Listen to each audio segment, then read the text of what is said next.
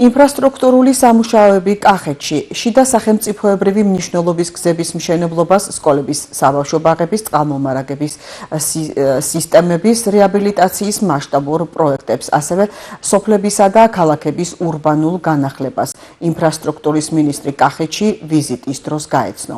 რევაზ სოხაძე სოფლის მეურნეობის მინისტრ დავით სონღულაშვილთან ერთად რამდენიმე მუნიციპალიტეტში იმყოფებოდა და არსებული გამოწვევების შესახებ ინფორმაცია დეტალურად მოისმინა.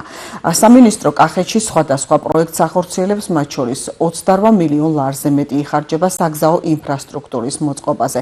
სახელმწიფო პროგრამითა და აზიის განვითარების ბანკის მხარდაჭერით კი კახეთში 35 საბავშვო ბაღის მშენებლობა რეაბილიტაციის პროექტი განხორციელდება. დავათვალიერეთ მათ შორის საგზაო ინფრასტრუქტურის სამშენებლო სამუშაოები. მინდა ვთქვა, რომ ძალიან აქტიურად მიმდინარეობს ამ თვალსაზრისით კახეთის რეგიონში მუშაობა. ათეულობით კილომეტრი ახალი გზის საფარი ეწყობა.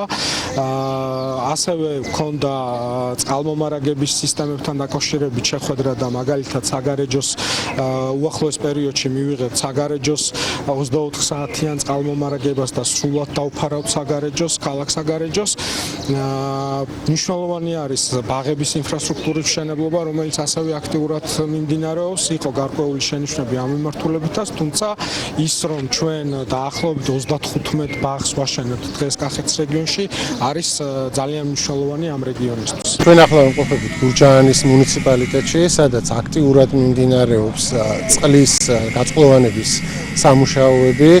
14,000 აბონენტი ისარგებლებს აღნიშნული პროექტით და აბონენტებს 24 საათის განმავლობაში მიეწოდება ამ პროექტის ფარგლებში წყალი. 50% სამუშაოების შესრულებული არის, სამუშაოების დასრულების ვადა არის 2027 წლის ბოლო.